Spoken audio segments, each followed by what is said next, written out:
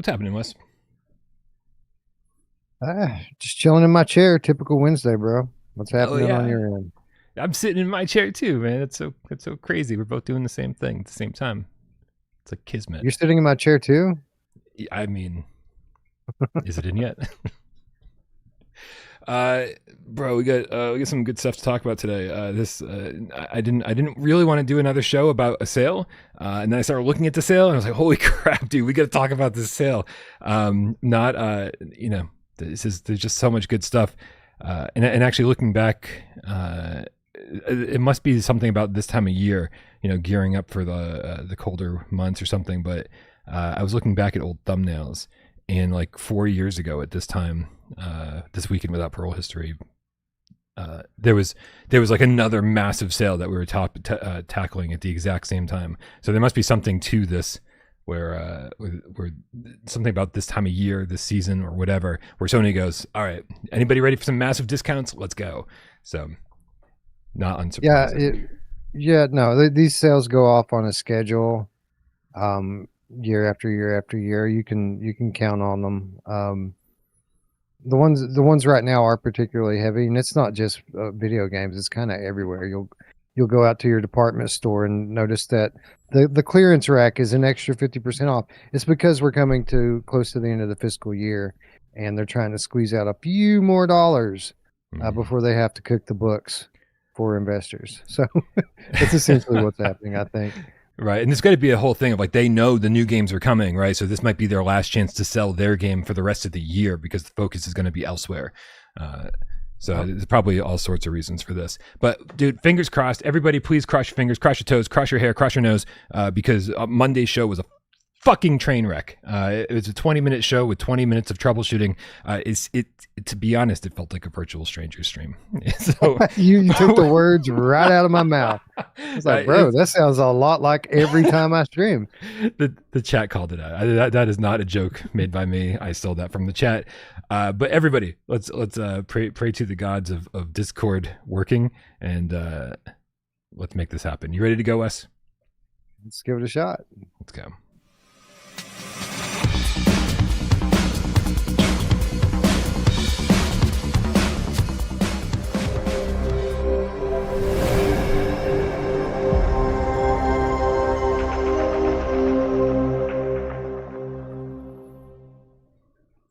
This is PSVR GamesCast Live. We film live every single Monday, WesDay, and 2 Wise Friday right here on YouTube.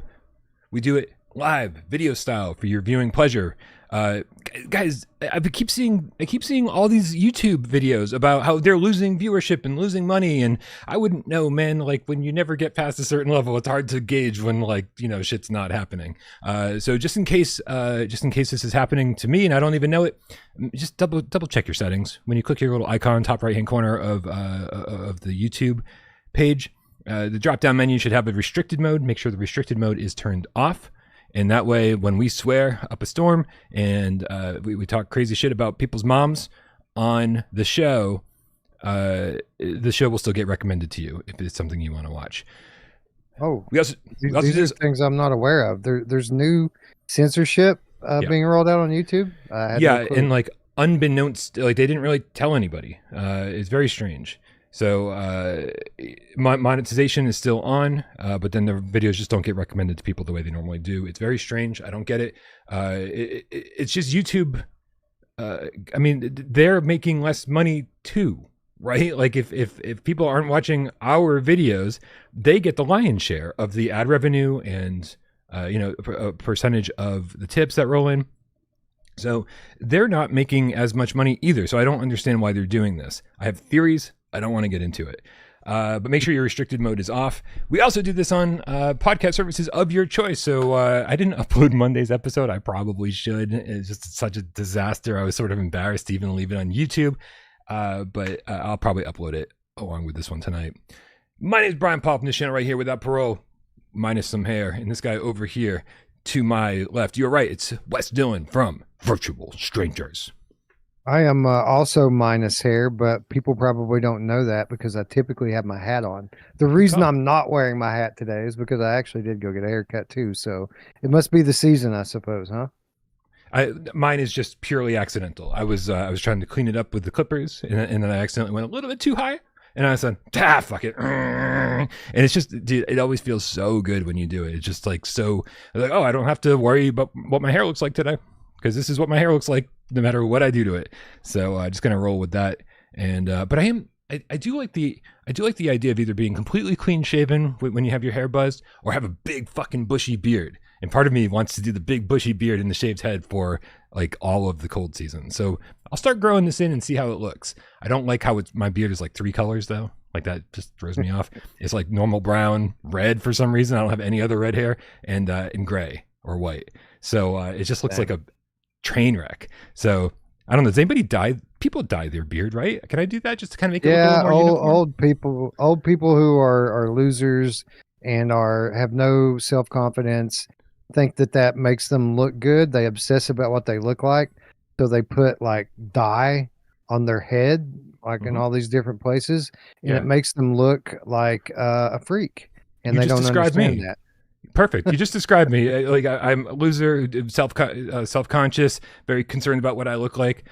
So it sounds like you just told me I should be doing this because that's the group I fit in with. Don't put that weird black stuff on your face, dude. It makes people look fake, and I don't like fake people. I'll tell you what I don't like is when people. It's obvious that their beard hairline is fake. Like they got implants or something. It looks like a perma beard, and it's like all these weird like cuts and diagonals and stuff, like these weird sharp turns. And I was like, that's not normal. Like I don't, like making sure all of the hair on my face is the same color just to make it look a little more presentable is one thing. But like this, it looks like a cartoon character when you start having like these sharp edges. And I don't mean like just shaving it a little bit differently. Clearly it's fake somehow. I don't know what's going on there. Rest in peace, Hard Rock Nick. Is that guy, did he die? I think so, yeah. I'm pretty sure. Hey, you know what? Let's not talk about that today, wrong about that. Yeah, there's a lot of positivity to talk about, and death is not one of those not things. Even talk about it. Let's move right along. Dude, we actually do have quite a bit of stuff to talk about. But guys, you know how this works. There's a lot of links in the description below. Okay. You should be clicking all of them all of the time. And the first thing you should do is go subscribe to Wes and his friends over at Virtual Strangers. These guys talk about all VR, not just PSVR2. So if you also have like a PC where you're modding stuff, or you like to play Quest games, these guys cover everything, especially if you like long form content. Not saying this disparagingly, Wes, I do enjoy falling asleep to Virtual Stranger streams. That doesn't mean you put me to sleep, but you guys are pretty chill, pretty relaxed, long form content. I'm pretty sure that when I go to bed watching something you guys have done, I will wake up and it will still be playing. I'm not going to wake up to some screaming or something, right? So guys, go subscribe to those guys. Also join our Discord. Click the link in the description below, and that's where our community hangs out, man. Discord is a pretty popular place to be these days. Plus, you can leave your viewer takeover questions in our viewer takeover channel, just like a 388-year-old did, which, damn, he must have some dye going on in his beard to be 388 years old. I wonder how many colors is going on there. He writes hashtag viewer takeover. If the next Xbox truly is a Windows PC/console hybrid, it's rumored to be, do you think PSVR2 will work on it with the PC adapter? Let's say it hypothetically does. Brain, do you see yourself getting one in playing Steam VR games? Wes, is this actually a rumor? Is this a real thing that like people are saying right now? I haven't paid attention. So I'm not privy to the rumor mill when it comes to Xbox. So I don't know what the rumors are. What I do know is that the last generation, the current generation of Xbox, is very similar to a PC. I mean, it doesn't run Windows exactly, but like it wouldn't take much for it to be a Windows PC. Honestly, PS5 isn't that far off either itself, with technically how it's built and how the software is kind of built. They're both x86 platforms like Windows, so it isn't that far of a leap to think that maybe the next generation Xbox is essentially going to be a budget PC Um, the question is how much. Well, one, does it run Windows? And two, is it a restricted version of Windows or is it a full version of Windows? I mean, if it's a relatively unrestricted version of Windows that the thing runs and they let you install competitor like platforms on it, then yeah, like if it's going to run Steam on it, you would expect that you would be able to use all of the different hardware that would work with Steam on it. Um, we've speculated about this on our channel for some time. We always thought that it was a possibility. This was a few years back, mind you, before everything steered so hard in the standalone VR direction. But we thought that it was a possibility that there would be some partnership between Meta and Microsoft so that Xbox consoles could run the Rift store right there on it, and that you would be able to plug your Meta headset into Xbox and play console VR, which was actually just PC VR, and Meta would have their version of PSVR out there, and as would Microsoft, and it would be a win-win for everyone. But of course, it never happened that way yet. But if they are indeed looking to kind of go a little bit further down the PC-like rabbit hole, then yeah, I think it's a very real possibility that people could be plugging PSVR2s into Xboxes in just a couple of years.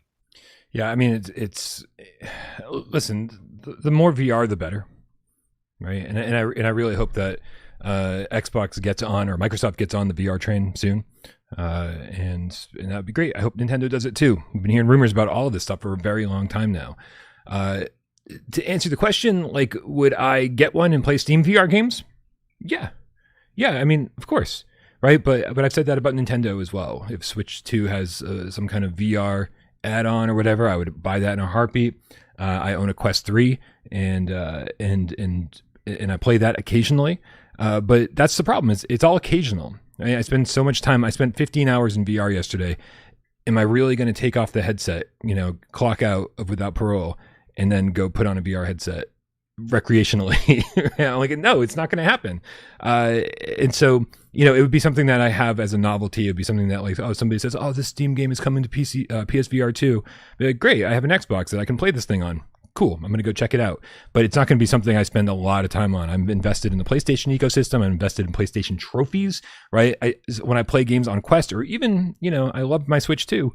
But when I'm playing Switch 2 games, there is a part of me that's like, oh, there's like no real record of me having like gone and done like 100 shrines in Breath of the Wild. Right? I want there to be a trophy record so I can be like, look, I got the platinum, right? And so it kind of feels like you're missing something. And so I'm not interested in getting achievements. I'm not interested in any of the other achievement systems on other platforms. I love my trophies, and PlayStation's been my home for a very long time. So that's always where I'm going to stay primarily, unless something massive shift happens to change that. So I mean, of course, I love VR, and I would absolutely get one. But I just don't see it occupying that much of my time. It'd be fun though. Yep. And I know you would. You wouldn't even need one. You're already playing Steam VR games. What's the point of getting an Xbox? Although I guess if there were Xbox VR games on the next Xbox, that would be a different story. Yeah. I kind of like my earlier vision of having the Rift store kind of be revived through Xbox, because it's kind of a dead platform now. But some of the best VR games of all time are dying on the Rift store the same way they died on the PSVR1 store. So that I prefer that vision. To be honest, I could very well see the next version of Xbox being more PC like. I would be shocked if it were completely unlocked and just were essentially a PC that people can do whatever they want to, a non-modular PC, right? I would expect it to be more, it run like a Windows Lite version operating system that's simplified for people with a gamepad instead of a keyboard. And, Game Pass would essentially be what it runs. It would run PC Game Pass. Instead of having two different kind of versions of Game Pass, it would all be merged into one thing called Game Pass. And I mean, that's quite a big value proposition for flat gamers for sure. But I don't think VR is part of that picture. But no, you're right. Like I have no need to get a budget PC in a box when I've got a monster PC right on my desktop already. I don't need it. Now, with that said, like the next Valve headset is heavily rumored to be a Steam Deck for your face, that plays PC games natively on the headset. That's something that could be a very intriguing proposition for VR gamers that like the portability of Quest, but don't like the kind of step back in quality that you have to take for standalone. So anyway, that's another topic. I won't take us down that road. All right, man. Well, let's move along to some news that happened today. Jandusoft revealed. So apparently, this trailer's been around Steam for a little bit, but it was the first time I saw it for PSVR2. They revealed a trailer for a game we talked about last week, Wes. Evil Inside VR. This is a kind of reimagining of Evil Inside, a game they put out, I think, 2022, if I remember correctly. And so this is the VR version of it. Like I said, it's a bit of a reimagining. They're talking about better lighting, better graphics, kind of like reworked a little some of the story, some of the environment, some of the puzzles. And so they said even if you've played it before, there's a reason to play it again, which is, I guess, the right thing to say if you're publishing a game that you've already published. I think the VR trailer looks good. I think this is this exactly what I'm looking for in a game like this? Even I talked last week about how, like, just you don't have to reinvent the wheel. Throw us inside a haunted house, scare us, make everything look good enough, make it realistic enough, and you pretty much have me sold. But I will say, Wes, that the interesting thing that came up today is that I didn't realize Bowl of Tentacles was working on this game. These guys were working on a game called Shadows on the Wall, and we've been following it very closely because they're saying it's a horror game. It's coming to PSVR2, and I was even at one point DMing them, trying to get them to be part of, like, the year-end award shows where we do reveals.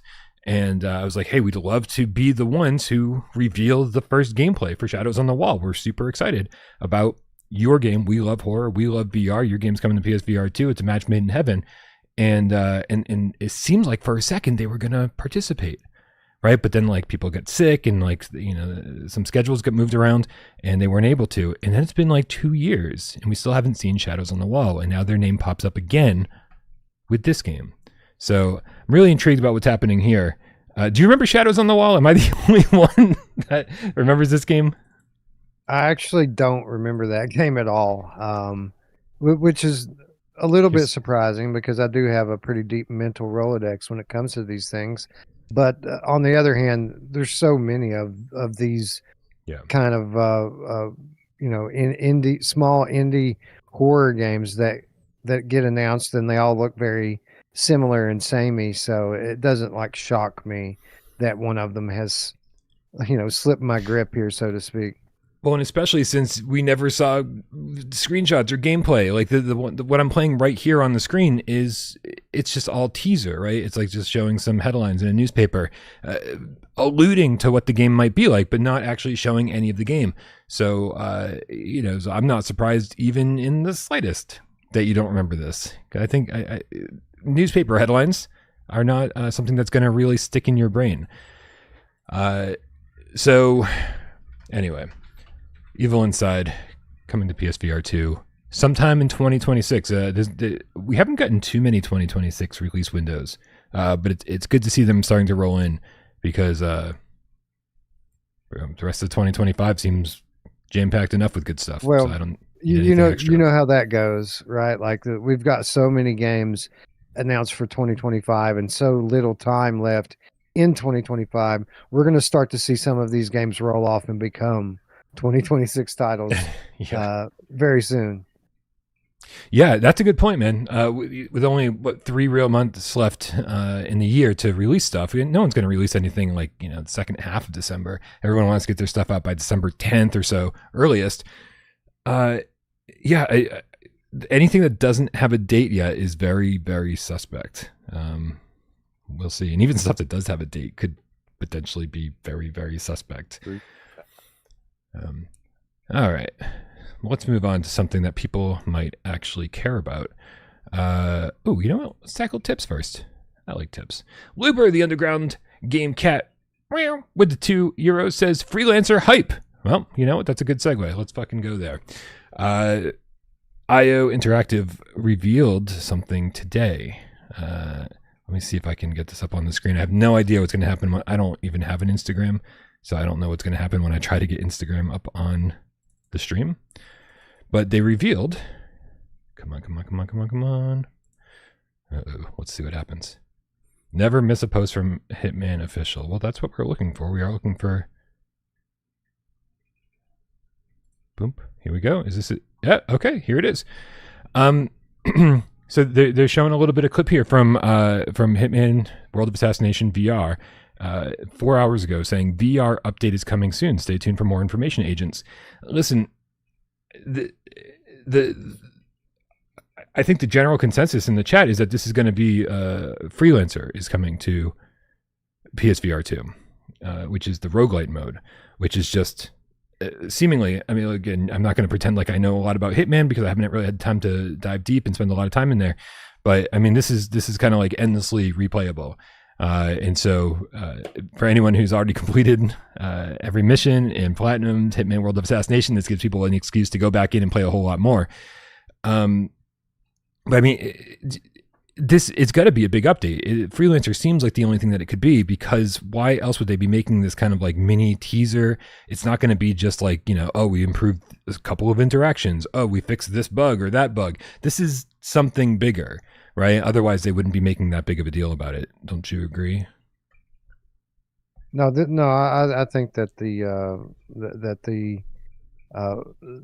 legion of super fans out there are very seldom wrong when they make these sorts of identifications. I think this Freelancer is exactly what this is, and which is kind of crazy because I always kind of held Hitman on PSVR2 as infinitely replayable as it is. Like sure, there's already so many different ways you can go into the campaign and play it. You don't have to push the progression at all. You can treat it like a sandbox, and it's almost just as fun. So the fact that they're adding even more, and by all indications, this isn't just a little bit more content. This is like a lot more hours, endless hours that you can spend in this game. I think it's great, and it just further bolsters kind of what we said last time we talked about this title, and that is if you were stuck on a desert island and could only play one game for the rest of your life, and you had to pick one, I think Hitman would probably be the one that I would pick, because like there's just so much to do in it, and I never get tired of playing it. Yeah, as you said, it doesn't seem like there's any question amongst the community. Looper is saying that this is an area they're showing here that's only available in Freelancer. It is 100% Freelancer, no questions asked. Anyone who's familiar with the game is saying this is what's happening. So one of the best, if not the best, PSVR2 game is just get even better, or is about to get even better. Only good news. Also, Game Cato is screaming that Hitman is getting PSSR support. Cool. It already looked great. And you know, I'm any reason to validate my pro purchase is a good one, but so far, to take it or leave it kind of thing. I love my pro. I love the enhancements. I don't think I'd want to go back to the OG, but if you've never gone to the pro and don't know what you're missing, I don't. Unlike the PS4 Pro, I don't think this is like a must-have purchase. So it's good. Good news. And, you know, Wander is saying, I think, that they're going to be adding PSSR support sometime in 2029 at this point. So it'll be fine. Good. Hey, thank you, Instagram, for actually showing up on the stream. That worked really, really well. We also got, hey, let's go back to the tips. The Game Cat. Freelancer thing here, and it doesn't seem to be like some just like tacked on game mode. It seems like it could be a game in and of itself, the way it works. Like the thing builds campaigns for you, like an infinite number of campaigns for you to work through. And yeah, it's more than just a basic robot pin on. That's all I wanted to say. Sorry to interrupt. No, not at all. I'm so glad I haven't reviewed this game yet, so now I can review it properly when this mode is introduced. That's my excuse, and I'm sticking with it. I knew this was happening. The Game Cat Andrew Ehrenreich with the $5 tip says, "Happy WesDay. Just grabbed Home Sweet Home for PSVR1 on sale. What other PSVR1 horror games would you recommend?" PSVR1 horror games. Is that what he said? Yeah. I'm kind of curious about. I don't even know what's happening in the PSVR1 part of the sale that's going on right now. But I mean, obviously, I think you and I would agree on most of these. Paranormal Activity looked amazing on PSVR1. It was like kind of photorealistic for the time. I don't know if that holds up so well, but I remember it looking really, really good. And it was scary. It was really scary. Don't Knock Twice, I would say, is a tier below that. My visuals are slightly not as good, and I don't think the ending was quite as good, but it's still some really good scares and worth it, especially like, you know, for a 5 or something like that. You've got some additions to this list, right? Yeah. We'll start from the top and work our way down. If you're talking about PSVR1 horror, of course you have your top tier. You've got Resident Evil 7. You've got Here They Lie and Rush of Blood. All three of those are kind of must-own titles. I placed Blair Witch right underneath those. Agreed. It's kind of in between the top tier and like the second tier. It's like an A-.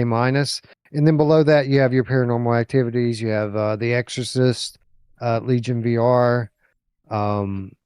What else? I know there's another. Yeah, Affected the Manor is another great one. But of course, don't forget that some of these are on PSVR2 as well. So, like, you know, if you have PSVR1 and PSVR2, obviously go for the better versions of The Exorcist, the better version of Affected the Manor, Complete Edition. What Home Sweet Home. There's another one.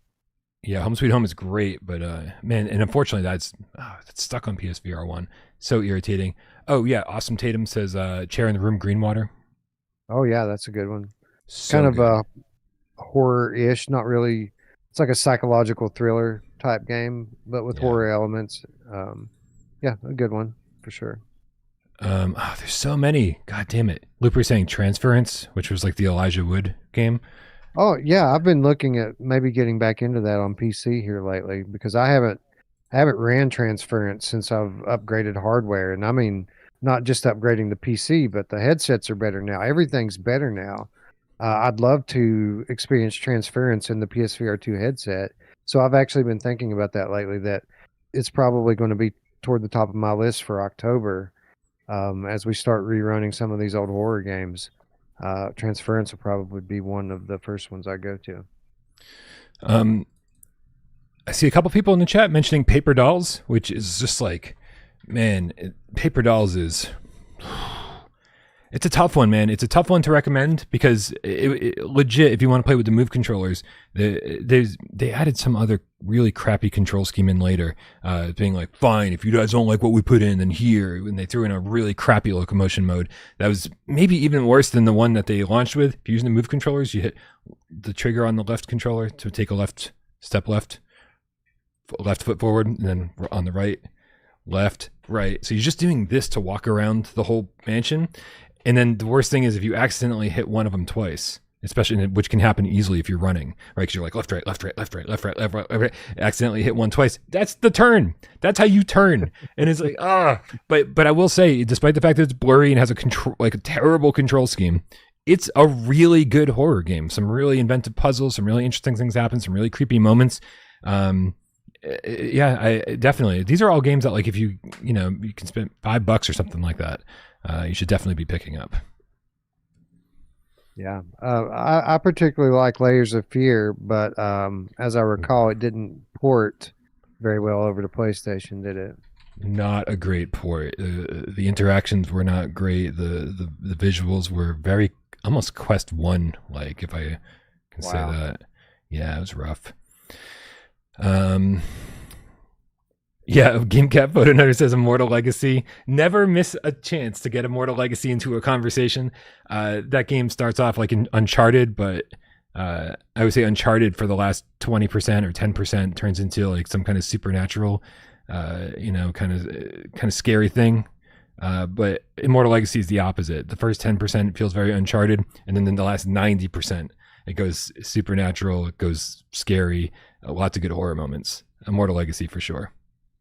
What about the Weeping Doll? I never played that one. Weeping Doll's really short, but it's a fun. Oh, and it's a 720 trailer, so that's great. Weeping Doll's really short, but it's node to node teleportation, or just maybe just straight up teleportation. I can't even remember. Maybe node to node. I don't remember. But fun little experience. Again, if you get it for like $2 or something like that, I'd be like, yeah, why not? But it's not great. Anybody else got stuff in the chat here? Chat is on top of this. They had some really good stuff. Oh, Funky Sloth says Spooky's Jump Scare Mansion.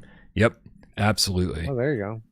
I love Spookies. Like it's just like the ultimate haunted house because it starts off so tame, and then what is with all these 720p trailers? This is like 1990. I don't even know, man. Whatever. I don't even know. Yeah. Somebody said Marvels is on sale. I know it's not a horror game, but Marvels is on sale for $1. So go support Vitruvius if you've already bought all their other games, and go buy Marvels for $1. Show them that there's some love for Marvels. Was Bad Dreams? Was that PSVR 1? It was, but then we got Very Bad Dreams on PSVR2, which looks better, plays a little better, and we got the bonus chapter, which according to Looper is still the best part of that game. So if you got a PSVR 2, get Very Bad Dreams instead of Bad Dreams. And then there's like, we could probably spend another 30 minutes on zombie games. We sure could. Yeah. Next week. Next week, right. We'll do part 2 of this conversation. All right. Well, then let's get to the sale. Let's talk about PSVR 2 games. We'll get back on track here. And let me see if I can bring up everything that's going on for PSVR 2. Hopefully this does what I need it to do. And it does. All right. So there's 81 results. A couple of these are like DLC for something or another, so don't get too excited. But holy crap, man, there are some really, really good titles on this list for really, really good prices. I think we can rapid fire most of these. Like Phasmophobia kicking it off. Like, dude, it's a great deal at $15, but like this isn't a great sale. It's only been out for a little while, and it's already been on sale for $15 multiple times. So probably I would skip that one, but you should have it already. It's a great game. Yeah, you could kind of say the same thing about the Hitman World of Assassination, which we just spoke about. I think this is a bundle that has all of the content regularly priced at $100, over half off, $45 right now. I mean, listen, it's probably one of the best deals going here, like knowing that you basically get 3 full AAA games all condensed into one. Does this include the VR update, or do we know? I think so. Let me click in World of Assassination Deluxe Edition.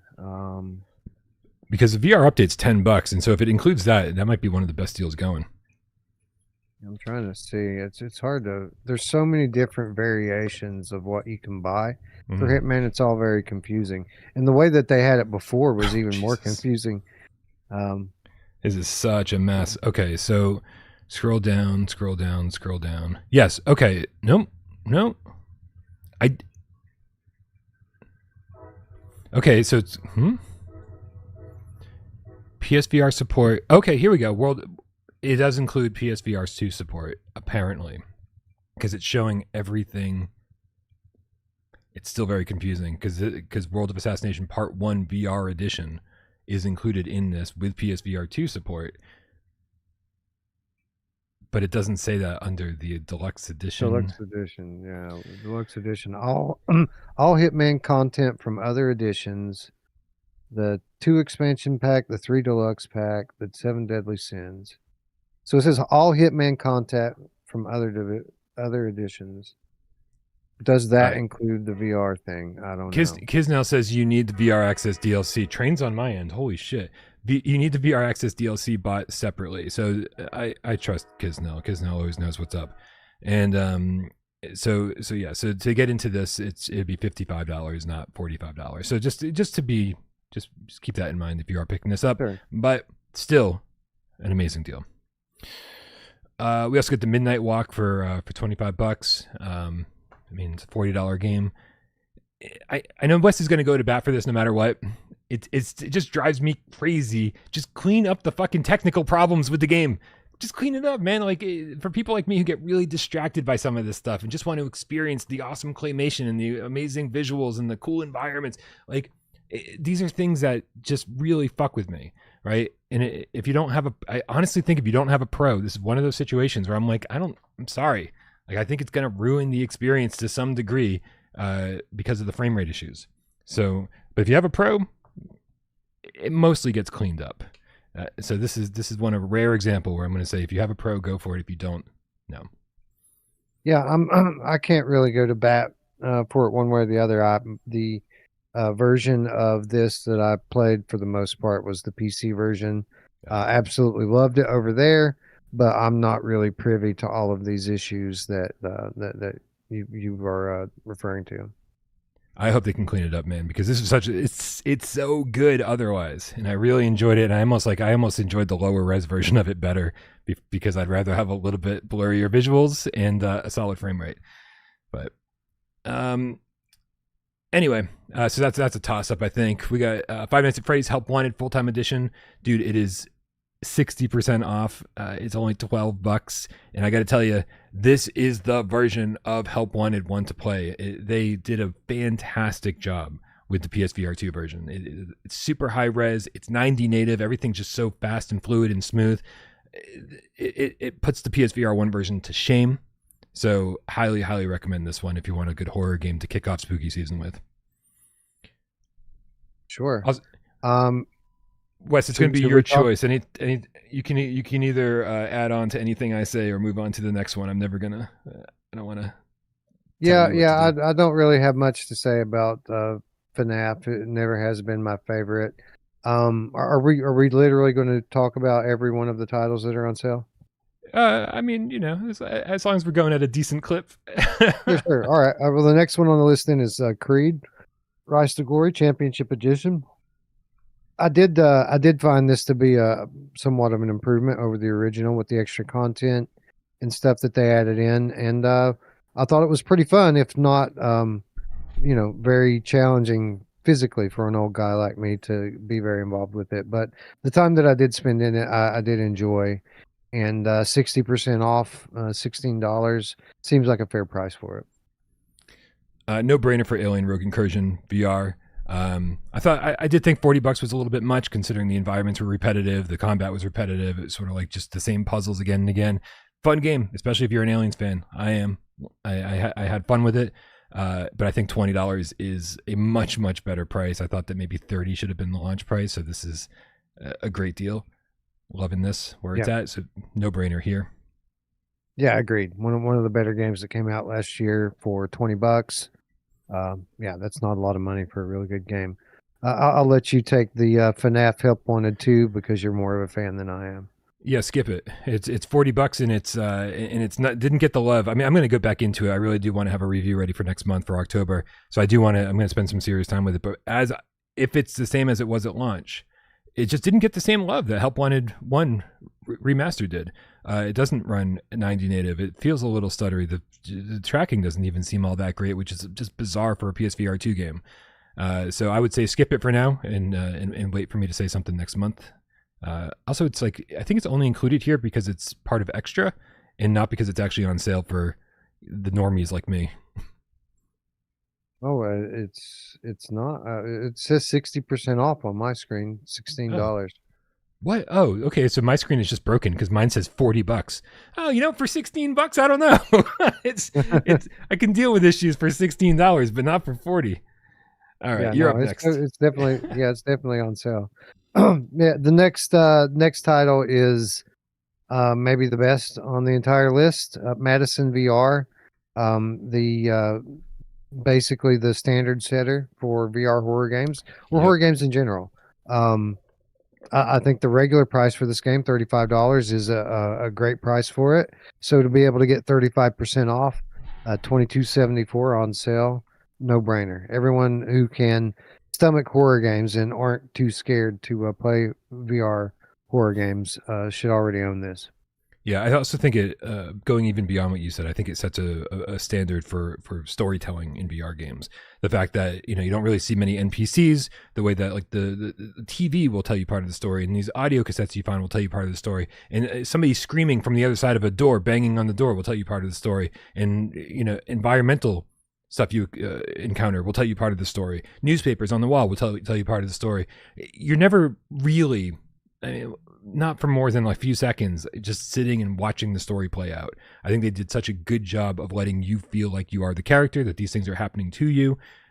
So yeah, I think it really figured out, and I know this is how it played out on the flat screen version too. It just coincidentally really, really works in VR.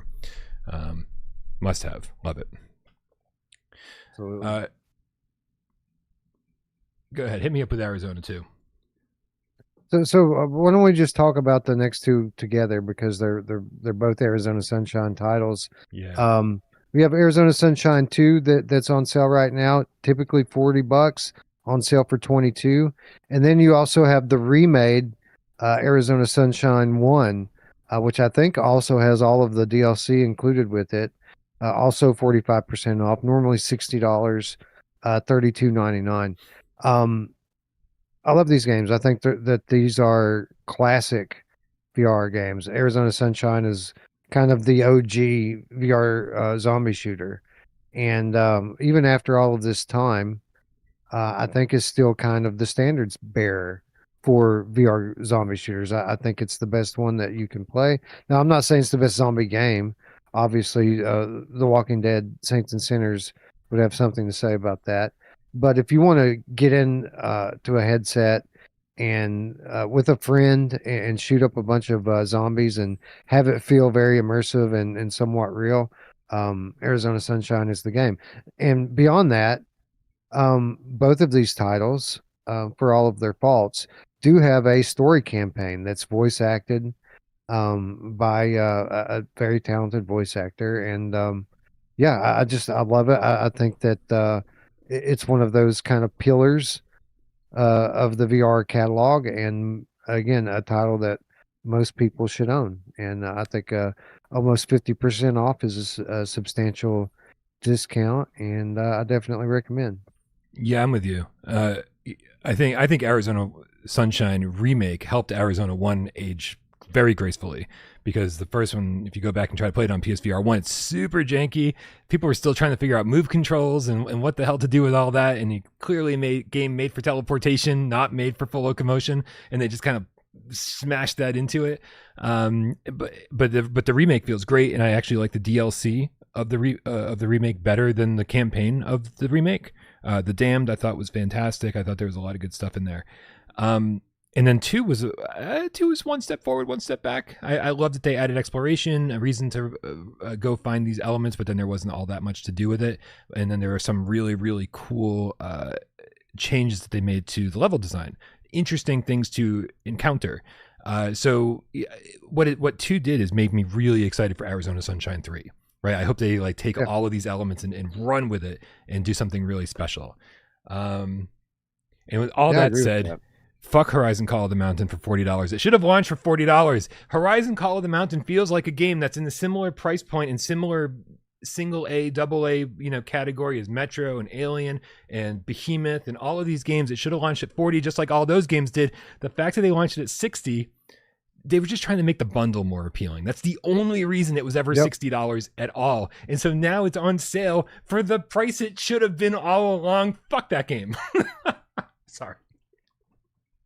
No, I mean, it just depends. It's easy for us to say that, but if you're a PSVR2 gamer that wants this game but has held off because it's overpriced, and you bought, you're obviously very budget oriented because you bought the VR headset and didn't buy the bundle.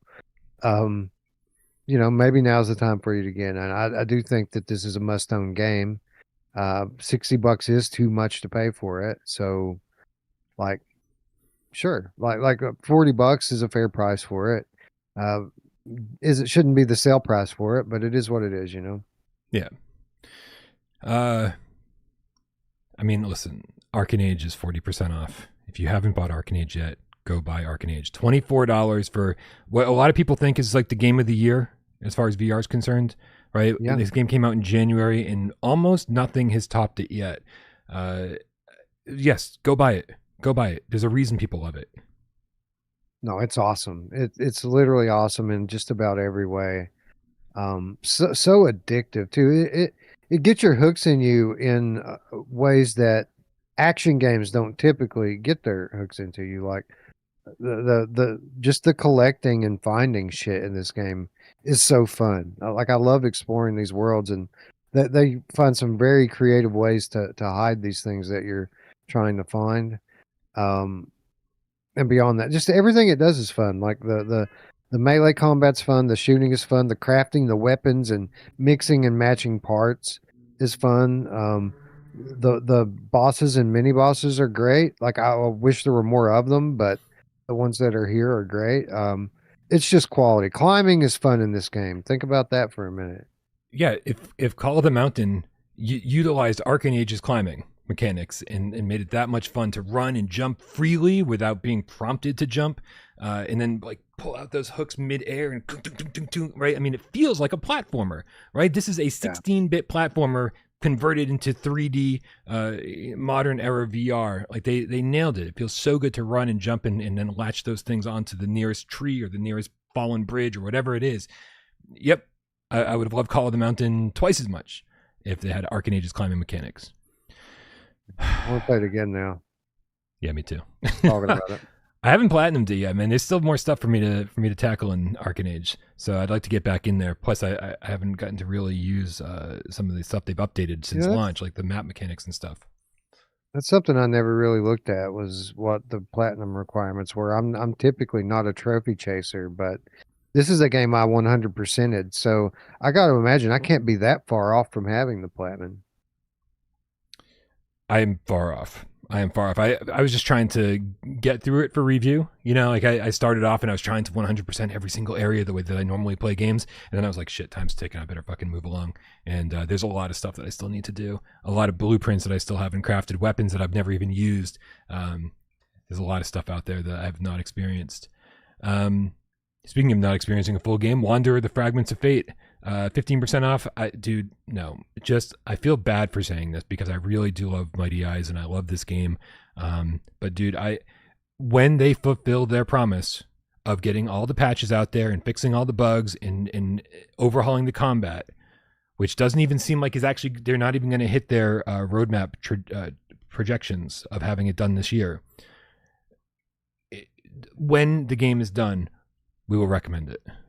Until then, I'm just kind of irritated and trying to kind of forget about it, to be honest with you. And I don't think 15% is enough off to compensate for the stuff that's missing in the game currently.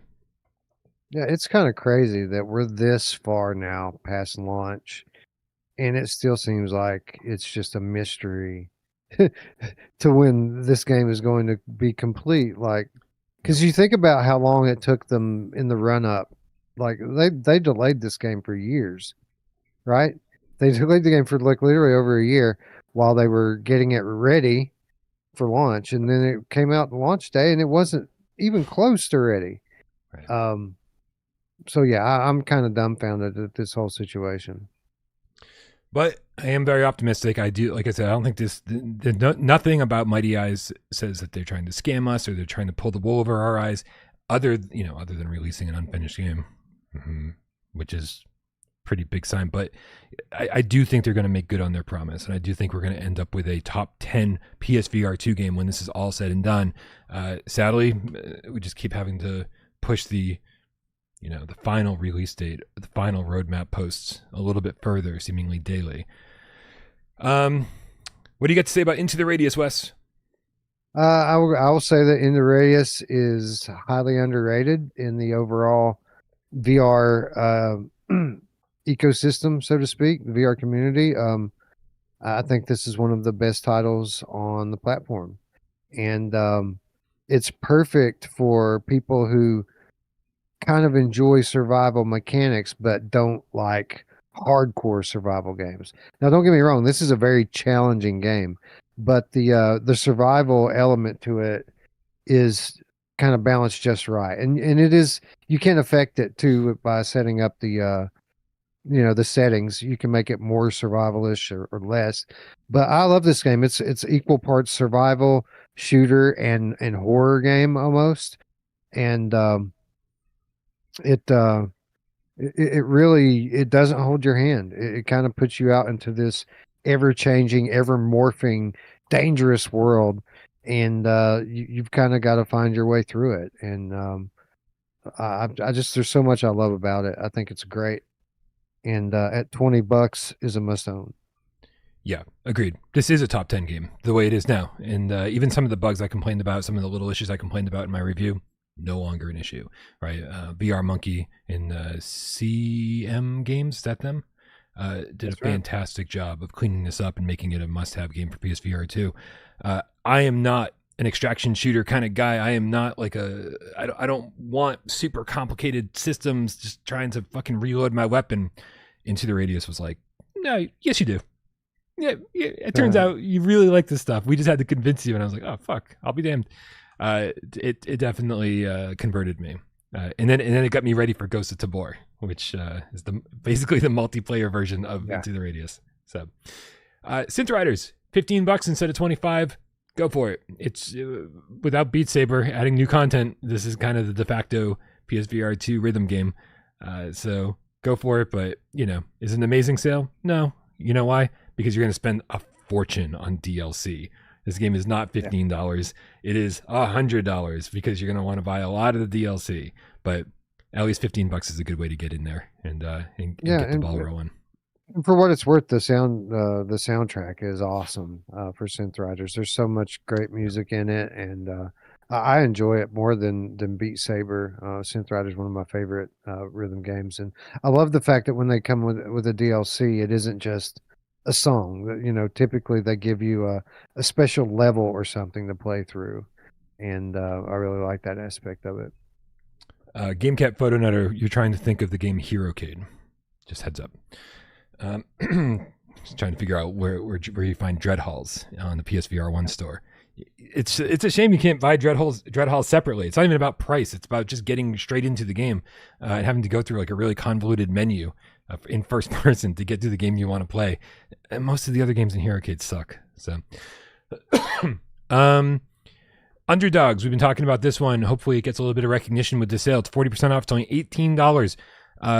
This game's grown on me. And I really want to spend more time with it and play more of it, and because I feel like it's a game I will love if I play enough of it, but I just don't have the time to play it right now. But I think it's a much more reasonable price for this style of game than $30 was. I feel like seeing what this game offers compared to other games around the same price point, I kind of think that they shot themselves in the foot a little bit. I think a $20 price point would have been a no-brainer, and $30 made people question, but decent price now. Yeah. You guys already know, like Brian said, we've been talking about this one. I think Underdogs is highly underrated, and I think that typically this genre doesn't appeal to me. I don't like these type of just arena based brawlers. I really don't like games that make you move with your hands, and for some reason the way they put it all together here just works. And I love the game. I love the vibe of the game, and I love the progressions. There's a lot of things I really enjoy about it. And yeah, at $18, people should give it a look. Some Moss going on. There's apparently multiple bundles. I don't see them here, but oh no, there it is. There we go. Yep. There are two bundles. They have two different thumbnails, two different. For whatever reason, this is always the case. I don't understand why. They both say PlayStation 5. They both say Moss. One is called Moss and Moss 2 numeral 2 bundle, and the other one is Moss and Moss Book 2 Roman numeral. I see. That's okay. Now I'm seeing what you're talking. So on my screen, yeah, I see 4 total. Right. I see Moss, I see Moss 2 standalone, both Right. $12 each if you buy them alone. Or you can buy them bundled together. And there are 2 entries, you're right, for the bundle. Same I price, don't know why fortunately. there's 2 yeah, there's 2. Yeah. That's so weird. You're right. There's just 2 bundles. It's the same bundle, same pricing, but 2 thumbnails, I wonder which if is there's a really weird. I wonder if there's an issue with the PlayStation Store search results causing them to say Moss isn't showing up when you search for Moss Book 2 and write the number 2. And they were like, let's just create another store listing so that it shows up no matter what you search for. Because I mean, come on, the PlayStation Store sucks. There's got to be a developer or publisher out there that's like, we found a workaround for how much this sucks, and we made sure Uh, our game shows up when you search for it. that's a good call. You know what? That's the difference between the 2 bundles. One uses Roman numeral 2, and the other uses the Right, Arabic right, numeral Arabic. 2. That's what I was looking for.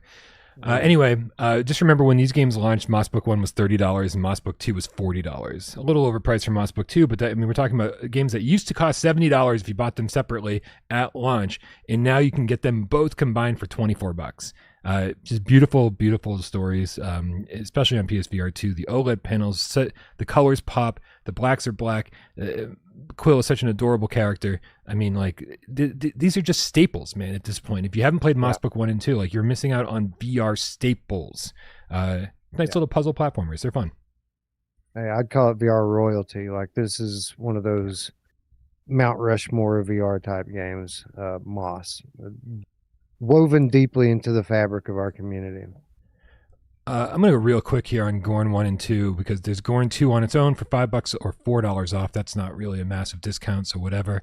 And then the Gorn collection has both of them for 20 or 25% off. As far as I know, Gorn. The last time I checked in on Gorn 1, it needs to be patched, man. It's got all sorts of control problems and vignette problems or turning problems, whatever the fuck it was.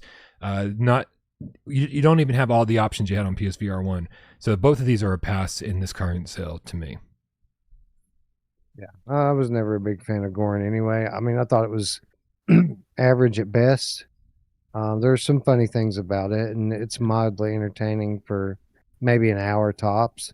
But then it gets very repetitive and dry. So, yeah, I can take it or leave it. Yeah.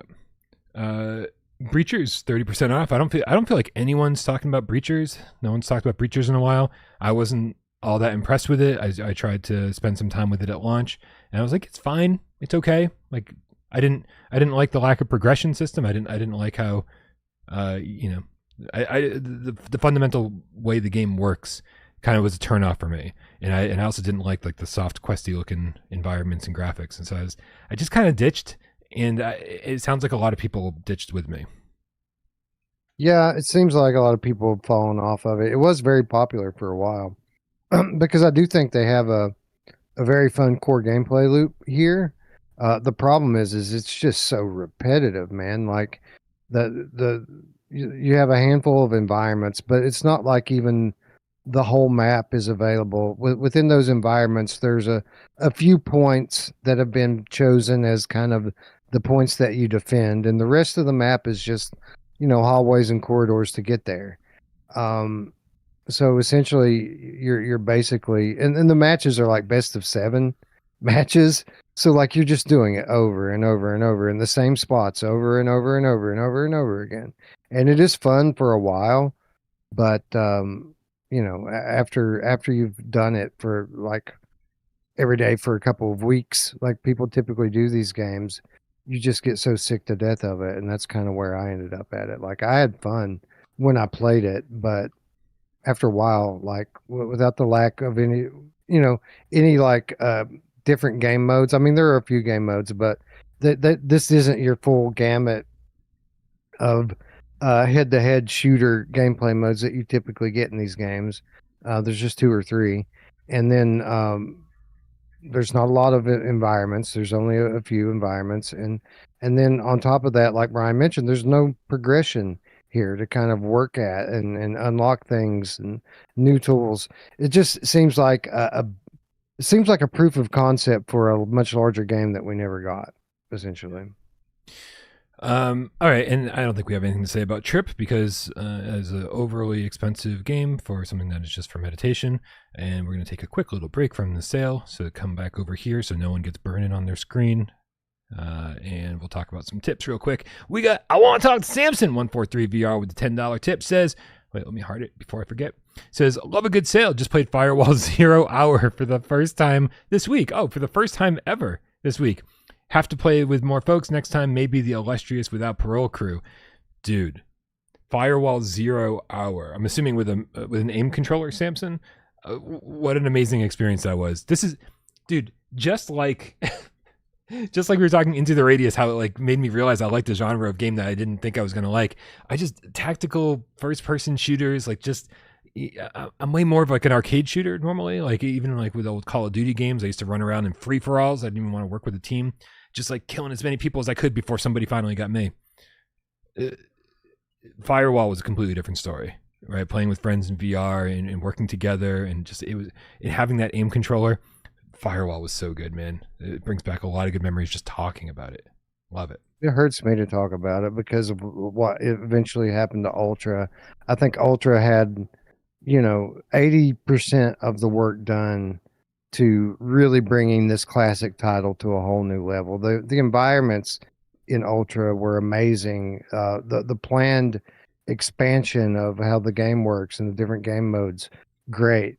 But the lobbies were broken, and a couple of other functions were broken. And the type of things that typically get worked out over the course of a few months, and for whatever reason, it seems like time just ran out before that few months of work got done. So close to having what would have surely been a staple for this generation, and an improved version of what was already, for that generation. Firewall was my favorite VR shooter, and I don't just mean on PSVR. I mean in all of VR. Like I liked Firewall more than Pavlov or Contractors or any of those games that people were playing back then. I always thought Firewall was better and more my jam. So I was so excited for Ultra and to have that modernized, only to have it like ripped away from us at the last minute. So it hurts me to think about Firewall, but you're right. Absolutely one of the best head-to-head shooters that we've ever had in VR. It's so great that people are playing it for the first time right now. Like, just amazing. And I'm guaranteeing that you boot up Firewall and there are people to play with. I guarantee you that there are people to play with on PlayStation VR1. Craziness. For sure. Dan Kiefer with the $5 tip says, OMG, GC lives. Great day. Hey, GC. And hey, Dan Kiefer. Thank you so much. Love your support, guys. Thanks for keeping the lights on during this supposed time where YouTube is falling apart and no one is making money and losing viewership by the day. I don't know. I guess it's probably happening to me too. I just don't. I never pay attention to analytics. I'm like, oh, people didn't watch that episode. Yeah. Oh well, maybe they'll watch the next one. I don't fucking know. I got enough to do without worrying about running a business. Fuck that. We can get back to the sale, bro. We get Demio for $20. It's normally $40, and I think this is a great price. $20. Fucking pick it up, man. I have nothing to say. We've talked about Demio 1,000 times. Yeah, played Demio last week. Love it. It's a great game, a staple for anybody's catalog, and absolutely beautiful on PSVR2 hardware. So yeah, absolutely. Vampire the Masquerade Justice for here we go. Now we're talking. Dude, this is why we get excited about sales like this, because games like this can easily be forgotten.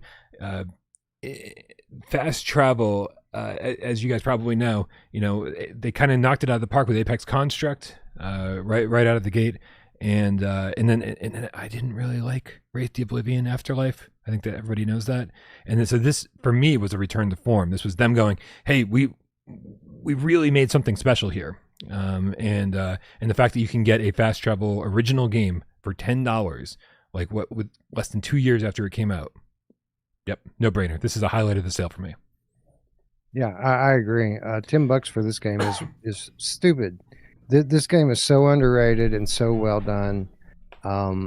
what was one of the best games that came out last year, and the fact that it's already discounted down to $10 is kind of crazy to me. So, yeah, maybe you weren't sure about this game, whether or not it was your type of jam or not. Now's the time for you to get in and find out. Better or worse than Assassin's Creed VR, Wes? Ooh. Close call?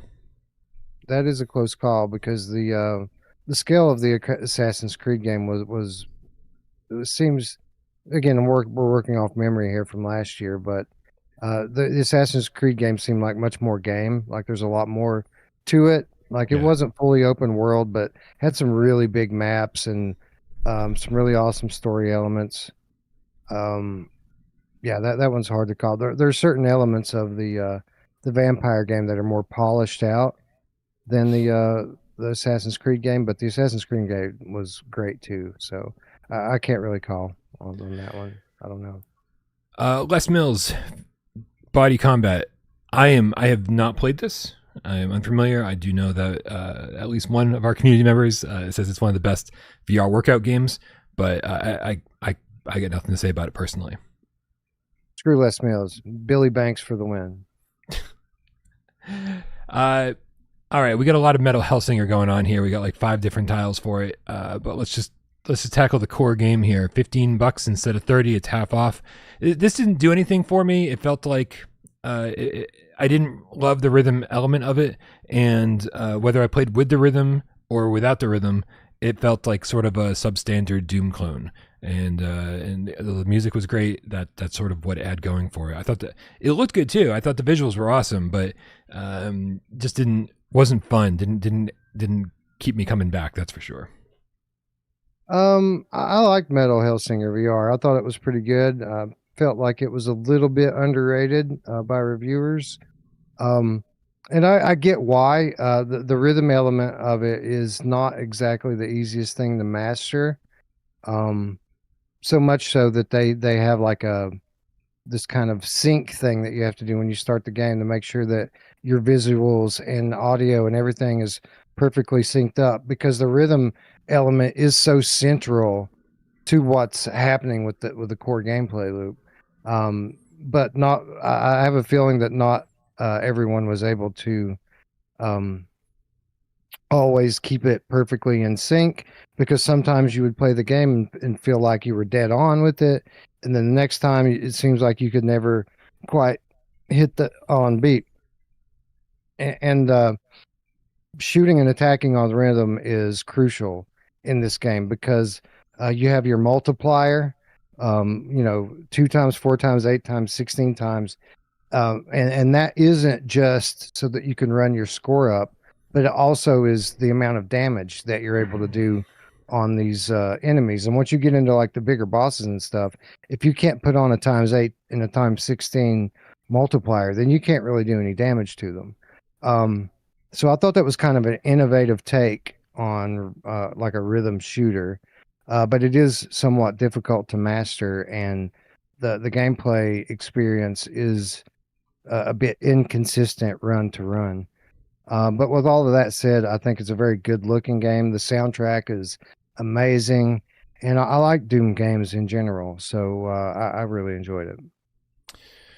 I actually think Angry Birds Isle of Pigs is surprisingly good, especially for $10. They did a great job with the PSVR2 version.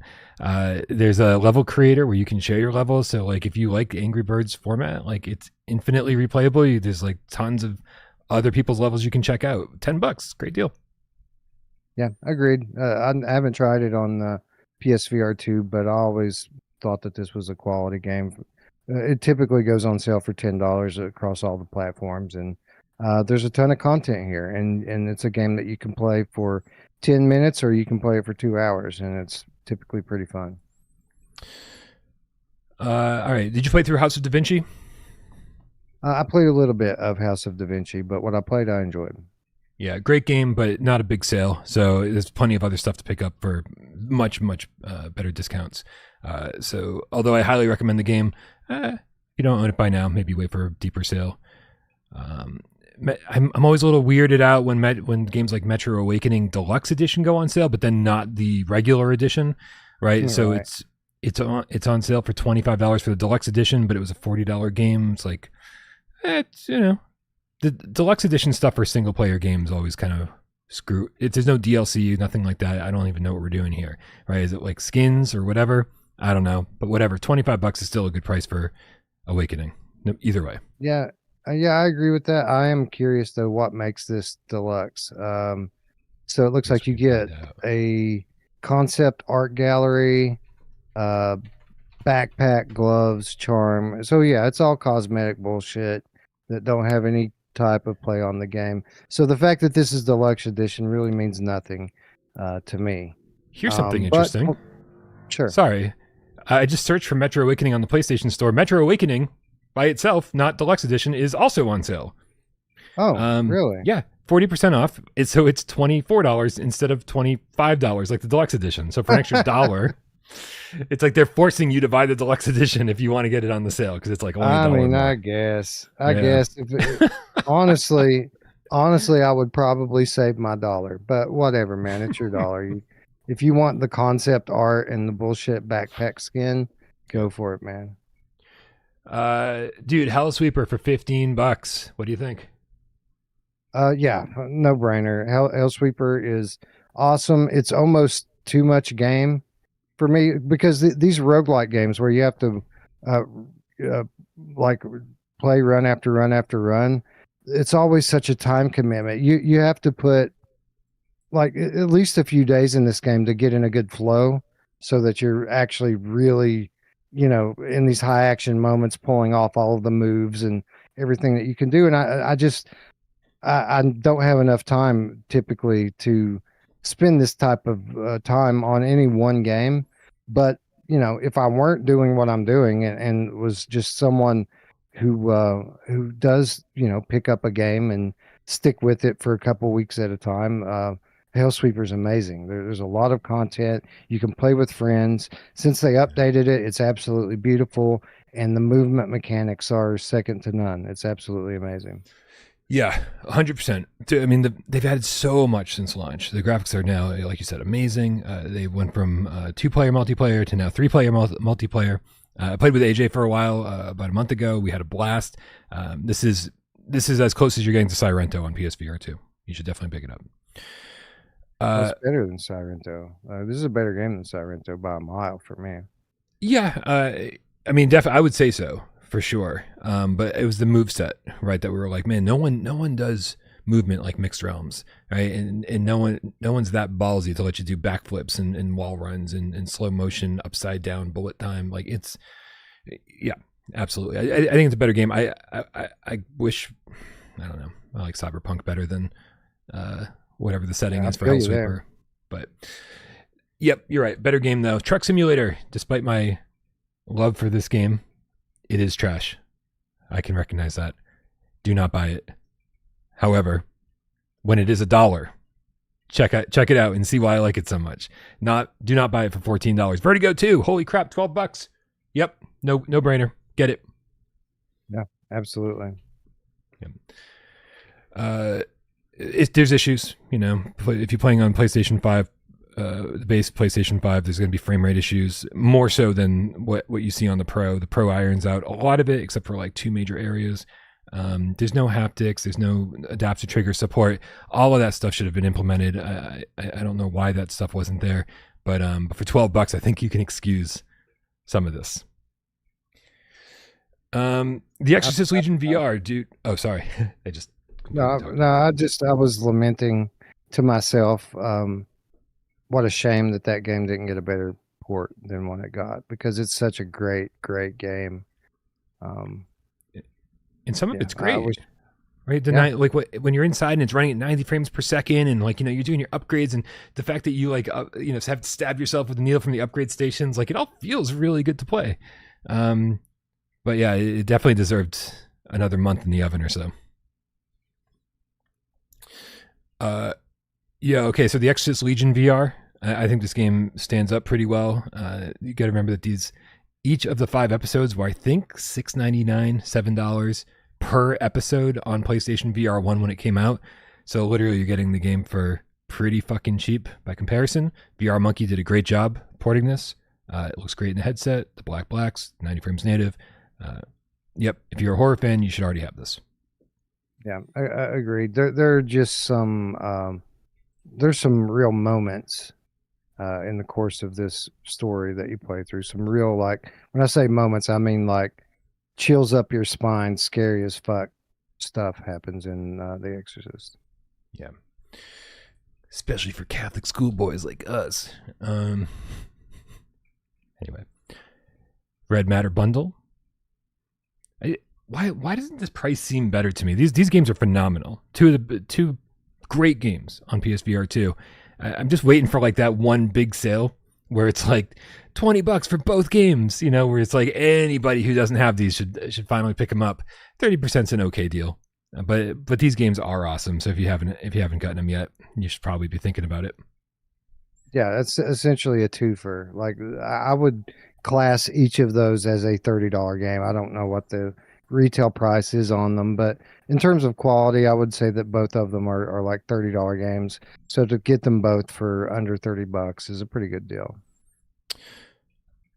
We didn't have good luck with Tennis on Court, but I've seen comments since saying that they've fixed everything. You know, I can't speak to that directly, but I would love to go and check it out and see if everything's been fixed, especially because it's the only tennis game we have and it's only $12 right now. So maybe one day we'll forgive them and try it again. But that first experience was so bad. It was just like, nope. Dude, nope. I've already forgiven them because Badminton Time VR was great, and there's the same developers. So, yep, all is forgiven. I got to be honest, even though I have a key for Unplugged Air Guitar, it was one of the 40 games that launched that I never even started because I was just overwhelmed, you know, hitting the ground on day one running. I just never even started it. This is a weird one. This is a weird one. I did kind of enjoy it on other platforms, even though I thought it was kind of gimmicky. It never made sense to me that it would come over to PlayStation or these other things because it was kind of made for the tech, like the hand tracking tech, right? Mm-hmm. So playing this with a controller just seems a little weird, like a weird concept. I never tried it. Maybe it's fun. I don't know. I think we can skip House Flipper. Happy Funland, dude, no brainer. In fact, listen, the crazy thing is that I think Happy Funland, I don't remember what it was at launch. Was it $20, $30? Because now the retail is $15, and on the sale it's down to $10. You should definitely play this. Yeah, just for the environments and atmosphere alone, this is amazing. I mean, we kind of always hoped that this was, you know, Rush of Blood off the tracks, right? And you get into the park, and it kind of is. It kind of is that. Although I wish the park was a bit more open, where you could just at will go freely through the whole thing and ride the rides. Like I feel like after you play through the content of the campaign, that the park should just be open, or at least they should put you in a menu that lets you replay the rides at will. None of that's in there, but it's still a great experience just to play through the campaign.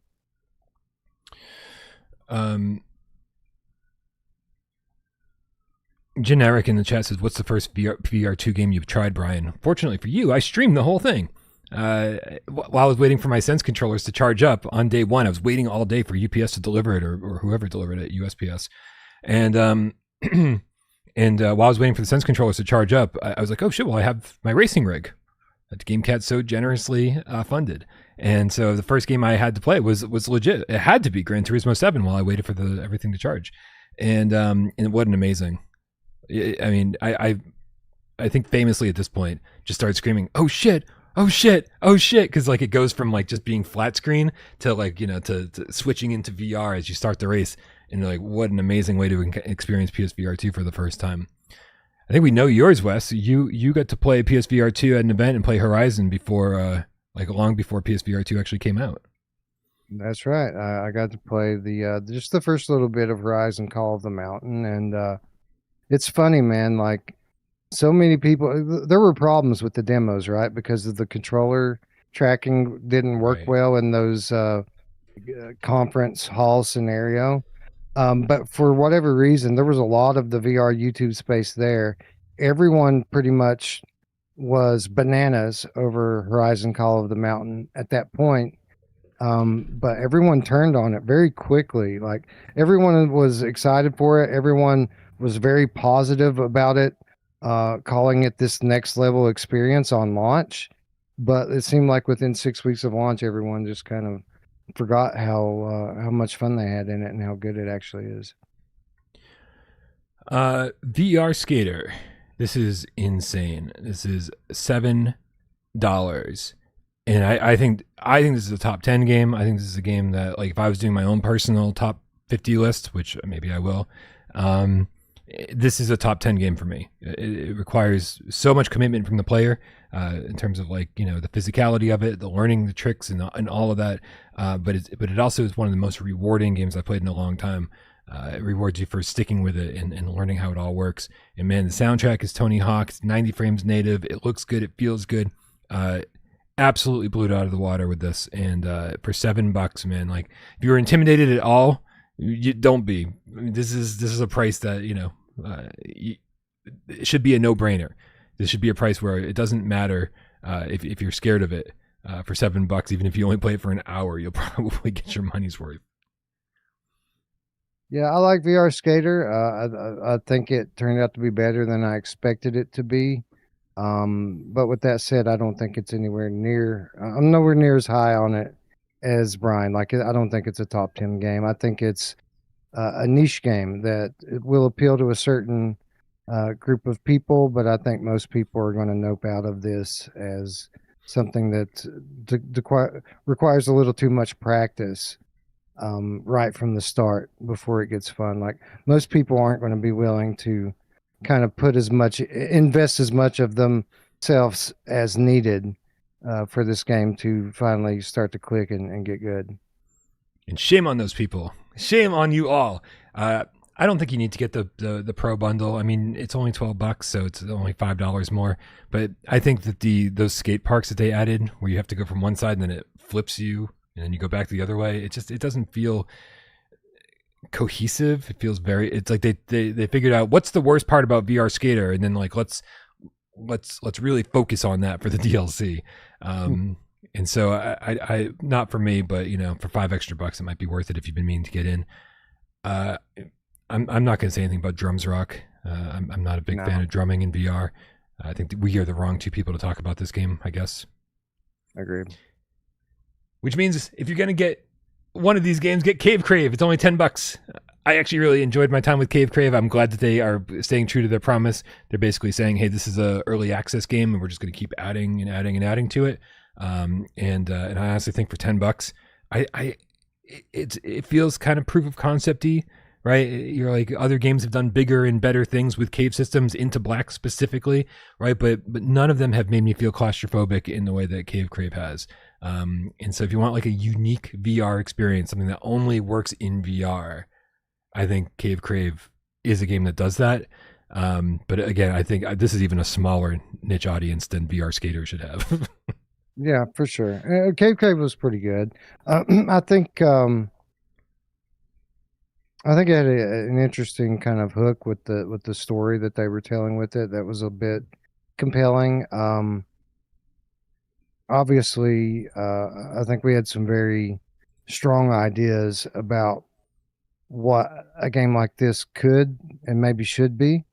And hopefully they're working toward that, whether that come in future content updates or in a sequel.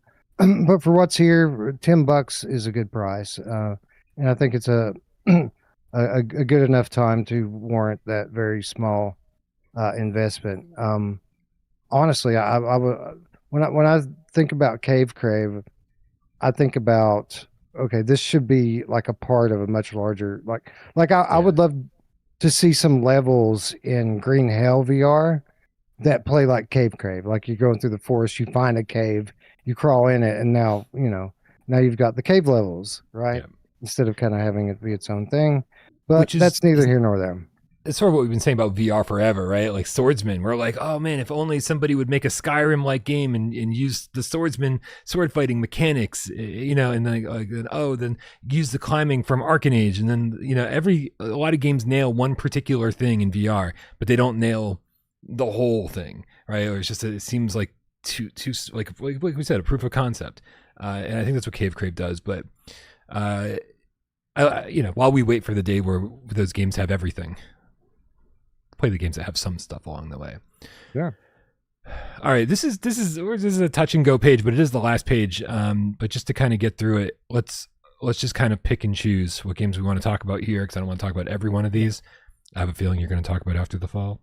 I mean, it is just $9 for After the Fall. There's so much content. I think I've probably spent more hours in After the Fall than any other VR game in any catalog on any platform. Like, I've played hundreds of hours of After the Fall, and I have had fun pretty much the whole time. And I think that it does hold up. I think that people can get in this game and have fun. It's obviously one of the more co-op focused titles in the entire catalog, and I love that. I love being able to get into a game with 3 friends and just go on very visceral, high paced zombie horde shooting spree, so to speak. Like there are a lot of like zombie shooters in VR. There's not a lot of zombie shooters in VR that throw these kind of waves at you, where there's like fucking 30 different things running at you at one time, and you clear that, and then here's another wave of 30 coming from the other direction. Like, there's just crazy numbers of enemies on the screen, and it runs smoothly, it plays well. It's a great game, and for like $9, it's kind of ridiculous. Yeah, I've gone on record. I'm not a big fan of this game, but I think it's very important to say, like, for $9, it's worth the risk to find out if you're on Team Brian or Team Wes. In all fairness, the PSVR2 version is fantastic. Like, I remember getting in there and being like, wow, this game just suddenly became more fun because of the adaptive triggers and the advanced haptics and you know, just like the animations on all of the Snowbreed. You know, they don't look like stop motion claymation anymore. They all animate properly. Like, it's a better looking and better playing and better feeling game on PSVR 2. So even if you don't, you know, even if you're like me and don't like the gameplay loop and feels very bland and repetitive, for $9, you don't have to spend 100 hours like Wes did. You can play it for 10 hours and go, all right, I got my fill. That's good. That's good. There's a lot of content. I'm going to skip over Dead Second only because it's not on a big sale. It's a fun game though, very Time Crisis like. Afterlife VR, pick it up for spooky season, but it you know, because it's 60% off, only $6. Just a heads up, it's short. The combat sucks, and it's a little on the blurry side resolution wise. So you know, but for $6, if you need a game to kick off spooky season with, not bad. I'll let you go Fisherman's next. Scale bundle for $10 is a pretty good deal. Like, Yeah. I didn't play the original one all that much, although it did. People rave about the first one. I really enjoyed the second one. I thought it was a very unique take on perspective-based puzzling, and the story was really cool. And that did have some nice callbacks to the first one. So, $10 for both of those games seems like a pretty good deal. Agreed. I like the first one more than the second one. The second one, like, some of the perspective stuff didn't work for me, and it just ended up being too frustrating. But for $10, yeah, it's worth getting in and experiencing the good stuff and pushing through the bad stuff. Space Stalker VR. Space Stalker has fucking HOTAS support. But I think it's way more fun to use the sense controllers and, like, you know, remember which lever does what and push buttons.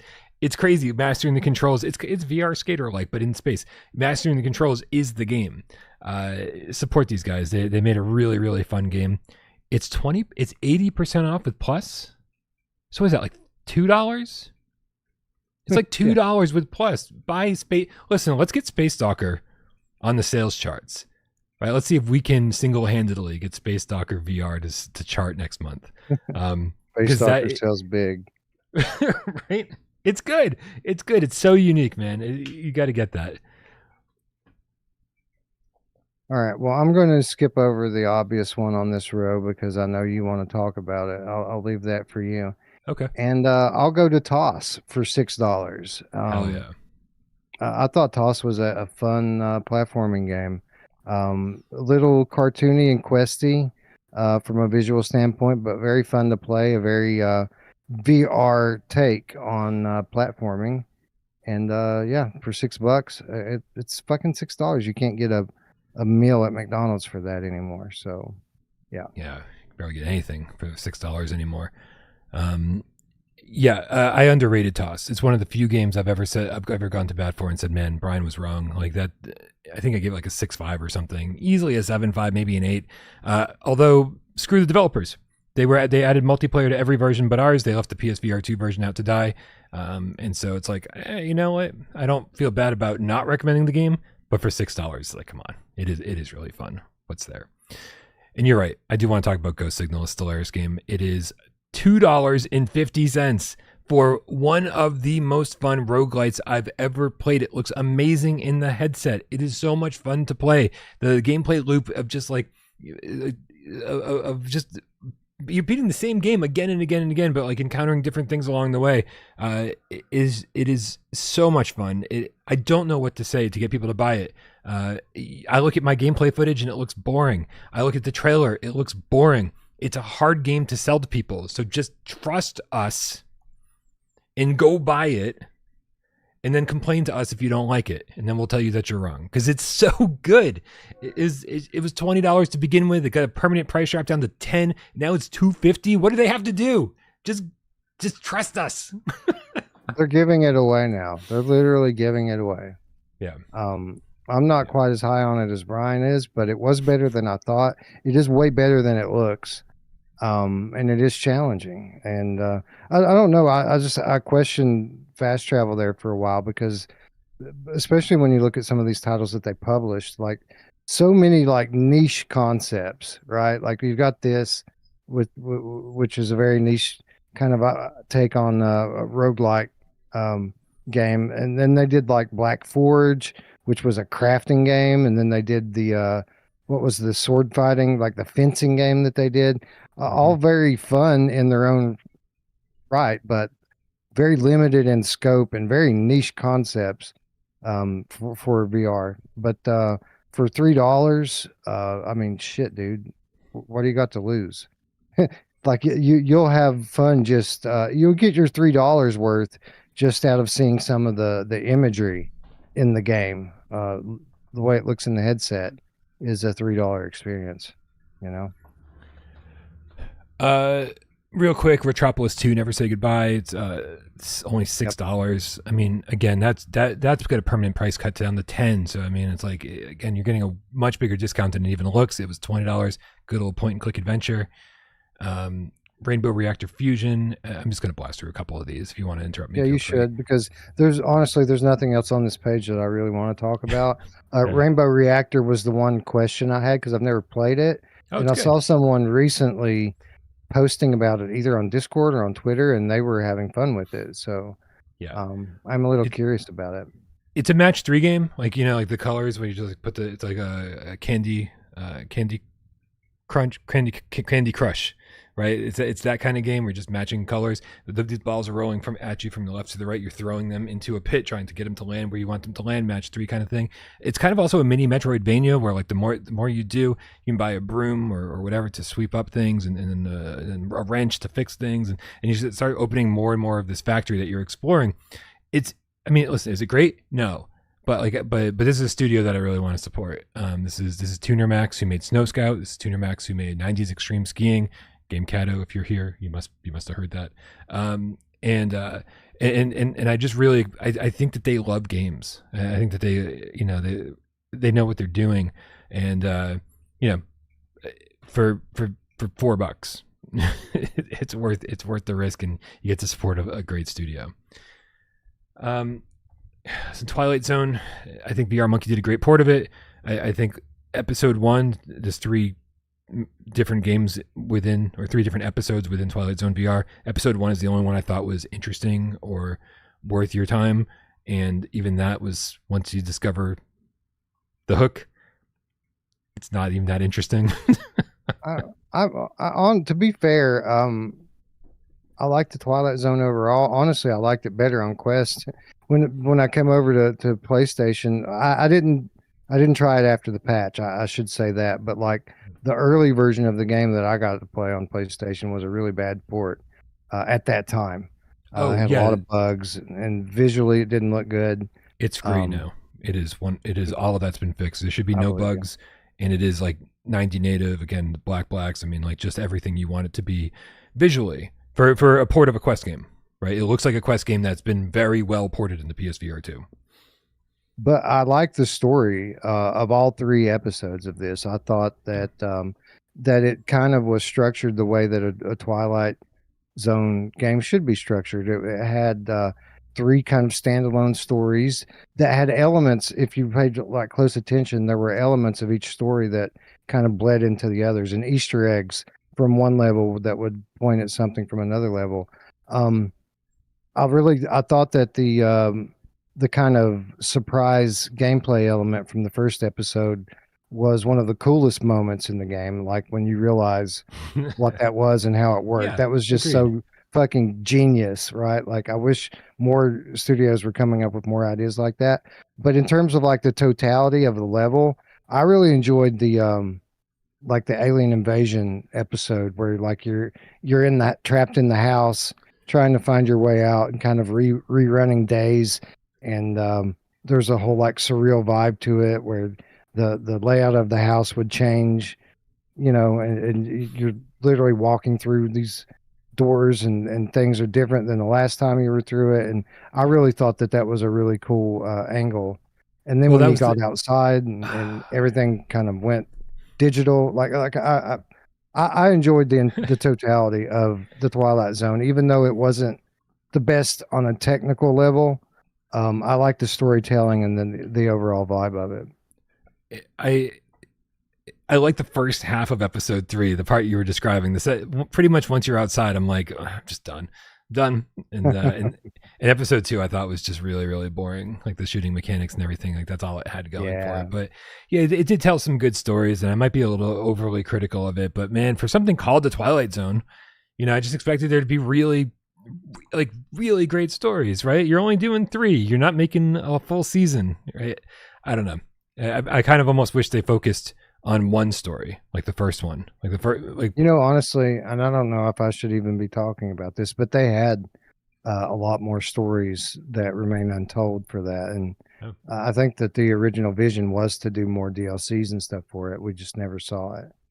Yeah. Well, I don't know if I'm really upset about that, but again, this is the interesting part about this is that these are the guys that were going to make the Exorcist Legion VR Sin. Right, I think that's the more interesting part of the entire story. And then that game got canceled. Like, and I really do think it was because Fun Train looked at what they had done and we're like, no, sorry, we can't continue to fund this. This is not going anywhere. Which I feel like I could have told them 3 years ago when we found out it was Pocket Money Games making it. Sorry, Pocket Money, I don't love your games. I apologize. Demio Battles. If you like Demio, get more Demio Battles. Only $12. Of course, you should get that. Puzzling Places DLC. Is this what we're looking at here? Mixture I hated. Bridge the Gap was really rough. I don't like Colossal Cave, and I wish I did. Neither Horror Adventure. Okay, you know what? Horror Adventure Zombie Edition? No, but the original Horror Adventure for $2? I don't know, man. Like, it's not good, but it's $2 good. If you just want to play everything for spooky season, I mean, yeah. But don't get Zombie Edition. Zombie Edition's terrible. Yeah, I didn't play either of those. I will say that Colossal Cave I played a little bit of, and I really did get some like nostalgia vibe from it, just because of the way the game is structured, like one of those old point and clicks from the early days. I enjoyed that aspect of it. I didn't go back to it though, so I must not have loved it. Yeah, I like the beginning of it, and then some of the really old school game mechanics in Colossal Cave, like just there's a part where essentially is a maze-like thing, and it's just like I just noped out at that point. I was like, you've got to be kidding me! I do not want to do this. And I honestly haven't spent enough time with any of the Dyschronia games to to give a recommendation, they're visual novels. So if you like reading in VR, it's better than Tokyo Chronos because there's more stuff to do. Tokyo Chronos was just hitting a button for 8 hours nonstop to forward the text to the next text. This Chrony actually gives you shit to do, but it wasn't enough to keep me entertained. And Throw Your Phone into the Ocean. Lucky me, I bought this yesterday before the sale for $5, and now it's on sale for $2.50. I still have not played it. I want to do a quick little Brian bite because I think it looks silly, but I've got no thoughts on it yet. Stay tuned. Throw your phone into the ocean. I could not give any better advice to the whole of society right now than throw your phone into the ocean. And that is the autumn sale on the PlayStation Store. Holy crap. We did it. You can also buy in-game currency for breachers. I didn't even know that you could do that.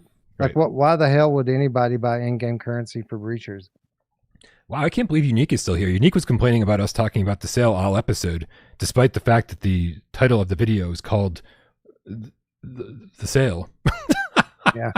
Right. So, hey, thanks for sticking around, even though we're bored the fuck out of you. We do this 3 days a week.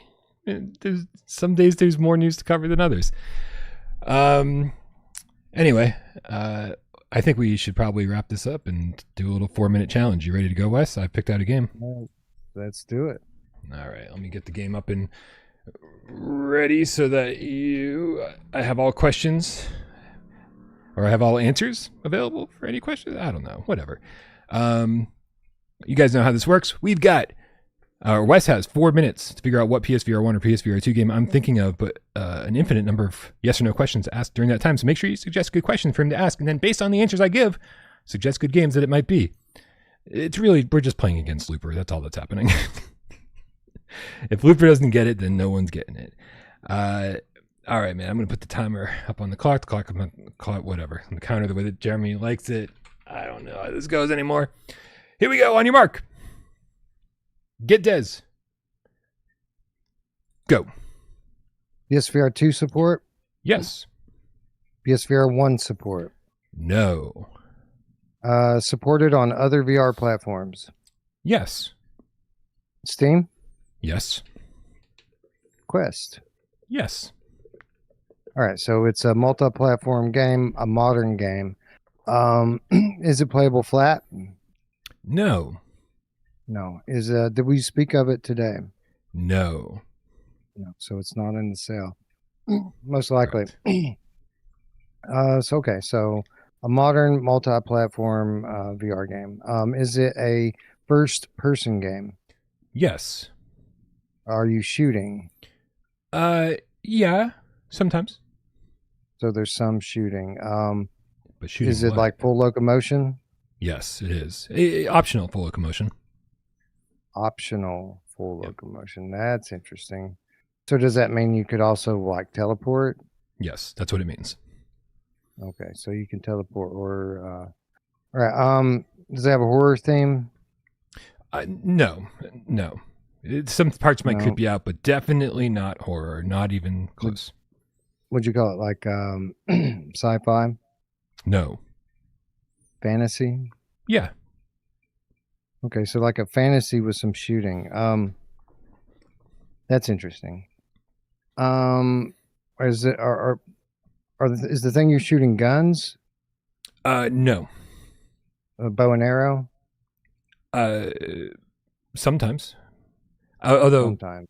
Not bow and arrow specifically. Bow and arrow adjacent? Okay, so that's interesting. So maybe like a crossbow then. Yes. All right, so crossbow game.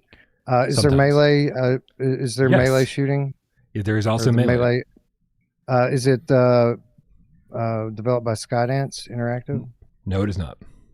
No, so it's not like that. Okay. When we talked about Vampire the Masquerade today, so it can't be that. Is it like I got a retro art style? It does. I see. Is it Ancient Dungeon, Brian? Wes, coming out all the way back on December 8th, 2023. It is, in fact, Ancient Dungeon. The which looper with the fucking spamming of the chat. Ancient right. dungeon, ancient dungeon, ancient dungeon. I know, dude. Let him not see it, right? Looper's already the cheat code. Oh man. The looper's got my back. He's officially a virtual stranger. So Indeed. yeah, he's always got my back. Indeed. Thank you, Looper. Um, the only reason I picked it, Wes, is because I think a lot of people thought it was hilarious that you had to do the read for Ancient Yeah. Dungeon on the top 30 list. Every one of us got one game that we should not have had to read for, right? And so you shouldn't have had to read for Ancient Dungeon, having really not played it. I shouldn't have had to read for No Man's Sky, having like played it less than everybody else here. And AJ had to read for Call of the Mountain. Like, and this was not the first draft, right? I rearranged the reads so many times, and this was the best we had. So that's why in the script I made sure you had to say according to Brian, because no one was going to believe that you thought Yeah. all of those things, having not really played it. So I It was the only only picked one the that I game. complained about. Because I actually did mention this to Brian. Like, normally there's a couple that I read for that I don't really care for.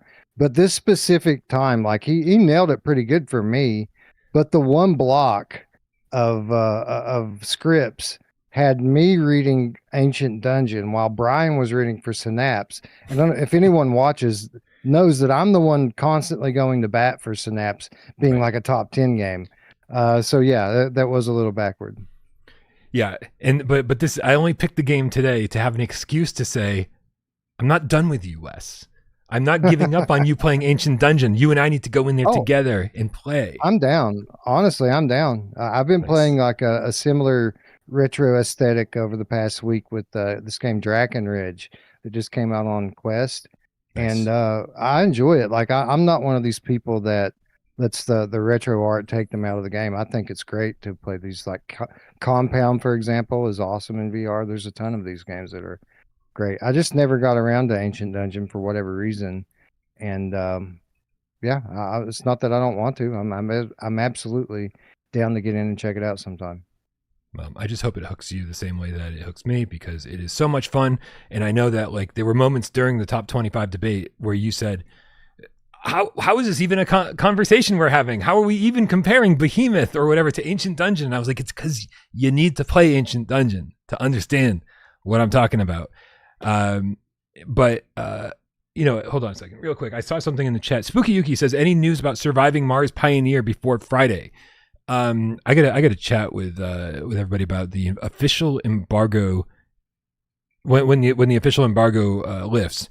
But no, not today. We're definitely not going to talk about it today. I'm 99.9% sure that Miles and I will be talking only about Surviving Mars Pioneer on Friday, because I believe Friday is the launch day, right? And so the That's embargo is right. definitely going to be up by then. And I set the embargo for it, and I can tell you what that is now, or we can talk offline about it. Oh But no, tell us now. Let like everybody know. it's at noon Eastern time on Friday. Perfect. Listen, I'm not going to talk about how many hours I've spent in Surviving Mars this week, because I feel like that is probably revealing stuff that is I'll include in the embargo. I don't need to say anything I shouldn't say. But I will say that I believe I was actually going to have AJ and Miles switch. This is a little inside baseball, but I'm going to tell you anyway.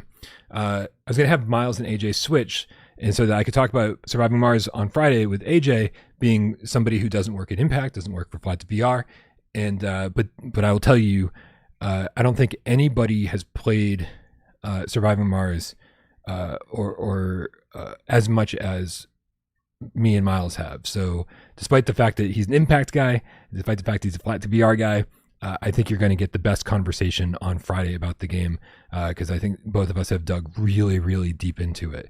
So stay tuned. I will have a review ready for Embargo, and then we'll of course have a much longer conversation about it on Friday's show. So that's all we'll say for now. And I'll say this too, Brian. I added some new screenshots into the press kit yesterday. Some new PSVR2 screenshots, and they're absolutely beautiful, gorgeous. It's a good looking game. Nice. We'll stay tuned for more. In the meantime, go subscribe to Virtual Strangers. Go join our Discord. Click all the links in all of the places you can. Remember, turn restricted mode off in your settings. Maybe, I don't know, maybe there's I have no idea. How do you do that? I didn't even know that was a thing. So when you're on YouTube and you see your little PFP, the little circle in the top right-hand corner, you click that, and a drop-down menu should appear, and near the bottom, it says restricted mode. Mine says off. I don't think I had to turn mine off, but apparently, for a lot of people, apparently it defaults to on. And I don't know if that's an age thing or what that is, or a region thing. So just keep that in mind. All right, you guys, thank you so much for tuning in, and thank you for all your support. We really appreciate everybody who helps the channel out, especially financially, over on patreon.com/withoutparole games. I swear I'm going to update the Patreon supporters scroll eventually. I screwed up this month big time. We're already halfway through the month and I haven't updated it. God damn it. Or if you're a member over here on YouTube, thank you so much. Thank you for tipping during the show. You guys are keeping the lights on. You have no idea. I appreciate you so much. But even if you're just hanging out, being part of this awesome community, that's so much more important to us. So thanks for being here. Thanks for being over on Discord. Thanks for shooting the shit during the show. Thanks for everything. Thanks to everybody. Even if you sit back, watch the show, and don't say a goddamn word. We know you're out there, and we love you just as much.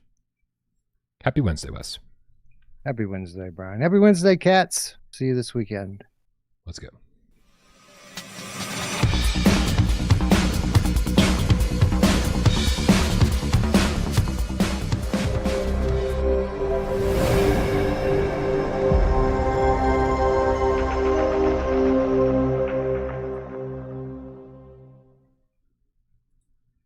$10 theme parks, $2 galaxies, $6 skateboards, $10 vampires. Everything must go. I was gonna say something about like the fire sale or something, and then I just found out that a buddy of mine who owns like a retro game store here in town, the building he has his store in got like struck by lightning. We had this like tornado warning. Tornado actually touched down at one town over. We had an awful storm, and so not only did it's just ridiculous. Like, it almost makes me laugh because of how ridiculous it is. But the building his store is in got struck by lightning, and then there was a fire in the building, and then on top of that, the entire mall flooded. And so, like, if the shit didn't get ruined from the fire, it did from the flooding. And it's just like, I mean, how much more bad news could you possibly get? So, like, even though this is like a funny thumbnail, this literally just happened to my buddy like 2 days ago. Just crazy. That is crazy. That sucks. Yeah, big time. Big time. Wes, what date did I give you? We've gone back to a very specific time in Without Parole history right now. 9/12/22. We're going to scroll all the way down to 9/12/22 on my backup hard drive. Come on. 9/12, September 12th, 2022. Here it is. What? No showcase? Don't worry. State of play tomorrow. Okay, there's a reason I picked this, right? Because this is 2 days in the future, 3 years ago. Right. Yep. And all signs are pointing to a state of play happening very soon in September. And I am. Let's pretend this is true. Like, do you think there's anything specifically we should expect to see if a state of play gets announced sometime in the next week or two? I mean, Wolverine's the like obvious thing, right? We haven't heard anything about that in forever. Beyond that, I don't really know. Maybe some Astrobot DLC. That seems to be their cash cow for the year, and it's been out long enough now that they would probably try to take advantage of that one more time and make one more little buttload of money off of it before the holiday season gets here. I don't know. I don't know what else beyond that we would expect. Yeah, this is what I'm considering the very first time it would be possible for us to hear news about Resident Evil 9 Requiem coming to PSVR2. That's true. Like, I don't, again, I say it on every single GAMESCAST, but in case this is your first time watching or you haven't been around, it's not going to happen at a Capcom event. It's not going to happen at a Game Awards or a Summer Game Fest type event. It's going to happen with Sony. Right, because it's a Sony specific thing. It's only going to be on PSVR 2. Excuse me. So this is the first time we should expect it. Now, just because if it doesn't happen, I don't want anyone getting disappointed. Like, we are hopeful to see it. But I know people like Tatum in the chat thinks it's going to happen like, maybe at the beginning of next year.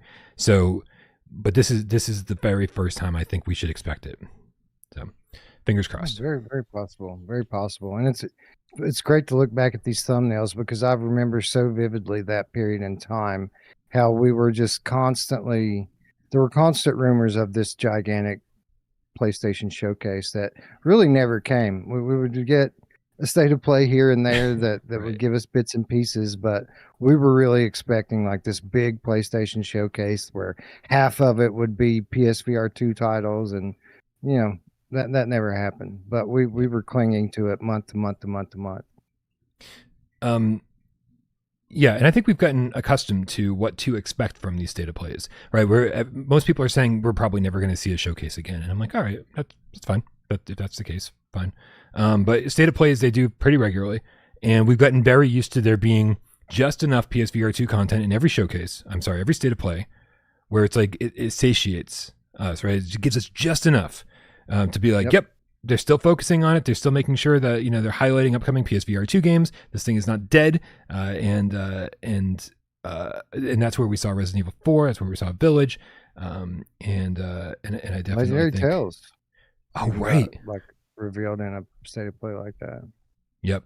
So patience, everybody. Even if we don't get Requiem, I guarantee we'll get something fun. And if history repeats itself, it's almost every single year, or it has been every year. Sirens on my end. State of play happens mid to late September, so we should be expecting an announcement of that, like literally sometime in the next 2 weeks. And I think it'll be a lot of fun. So, all right, everybody, thank you so much for hanging out. We love you. Good night.